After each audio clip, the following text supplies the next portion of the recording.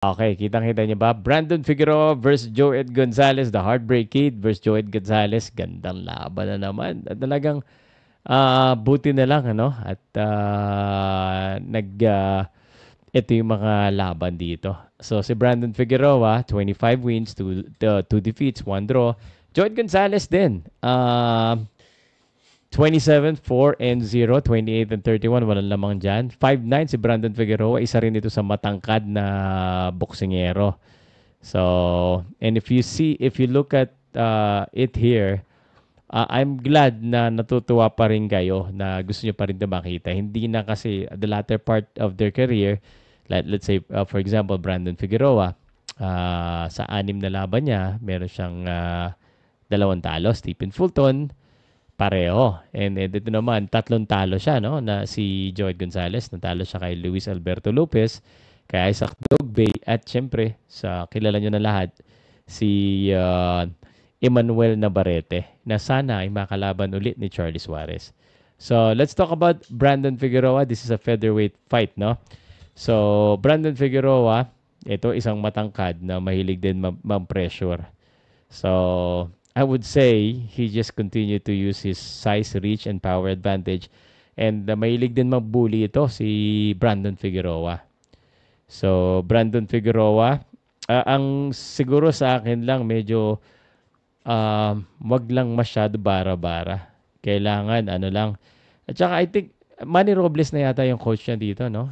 Hindi ko kilala yung coach ngayon. Pero sa tingin ko, medyo mas maganda na yung papakita ngayon ni Brandon Figueroa after having a defeat with Stephen Fulton twice, who's a great boxer. Ito na yung pagkakataon niya makabawi. If he loses back-to-back, this is the first time that you're gonna lose back-to-back. It's not gonna be good on Brandon Figueroa. Si Joed Gonzalez naman, 31 years old, ano? Joed Gonzalez, parang volume din ito eh. Volume din si Joed Gonzalez. So, pero ang si Joed, tumatagal din. Actually, matibay to si Joed. Pareho silang matibay eh.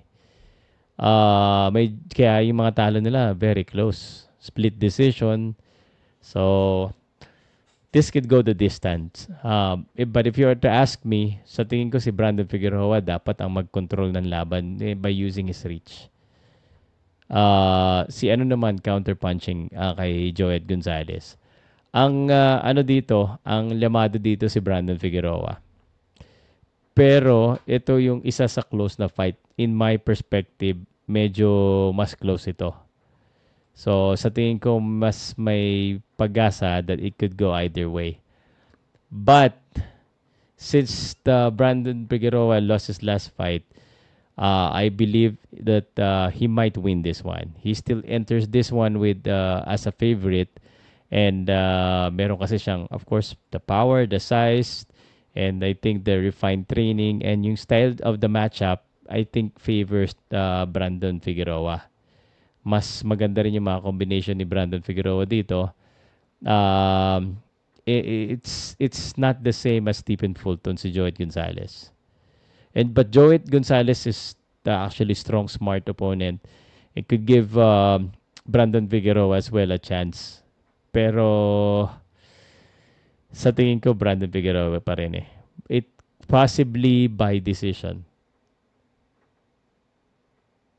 So, yun lang. I think Brandon Figueroa just continue to be do his style. And you're right, bike 2-1 parang weird nga, no?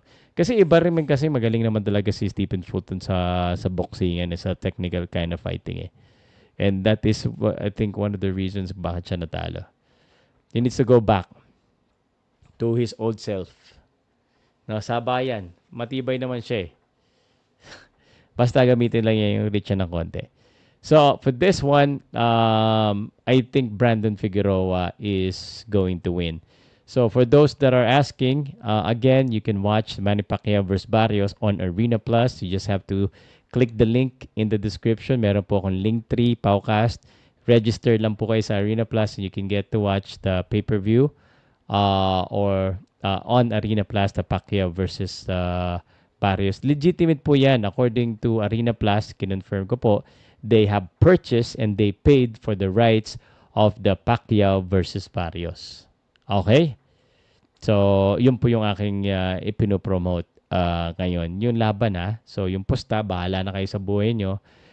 Diado si Pacquiao. But again, Brandon Figueroa muna tayo. Alright, any question about Brandon Figueroa? Sabi Figueroa